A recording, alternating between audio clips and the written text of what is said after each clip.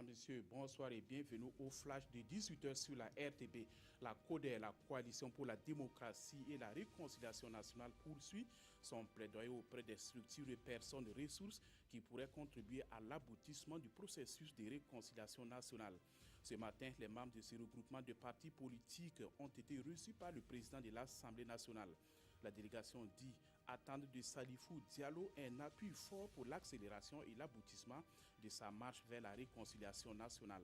Une initiative que le président de l'Assemblée nationale promet d'accompagner, mais dans le strict respect de la Constitution et des aspirations du peuple burkinabé. 3 membres de l'exécutif étaient face aux députés hier à l'Assemblée nationale, réunis en plénière consacrée aux questions orales. Les élus nationaux ont interpellé les ministres en charge de la sécurité, de la santé et de la défense nationale sur les actions qu'ils mènent pour protéger les populations. Dans leur réponse, ces derniers rassurent la représentation nationale. Des mesures sont prises par le gouvernement pour garantir la quiétude des populations, notamment en matière de sécurité.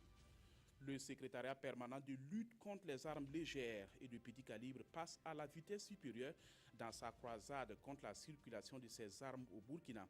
Il a produit un avant-projet de loi sur les armes à feu et un texte portant investigation et poursuite pénale liées aux armes à feu. On estime à 250 000 le nombre d'armes légères et de petit calibre en circulation illicite au Burkina. Ces textes qui ont fait l'objet d'un amendement hier 28 mars pourront de ce fait donner plus de marge de manœuvre aux forces de l'ordre et aux magistrats dans leur combat contre ces fléaux. Le sous-sol burkinabé est très riche en ressources minières, c'est ce que révèle le BIMUGED, le Bureau des mines et de la géologie du Burkina, suite à une étude géographique aéroportée haute résolution qu'il a commanditée. Les résultats de l'étude ont été restitués hier 28 mars à Ouagadougou. Les jours à venir, le BIMUGED compte mettre les données de base de l'étude à la disposition des acteurs du secteur minier. Le Burkina Faso plus que jamais engagé dans la lutte contre les surcharges.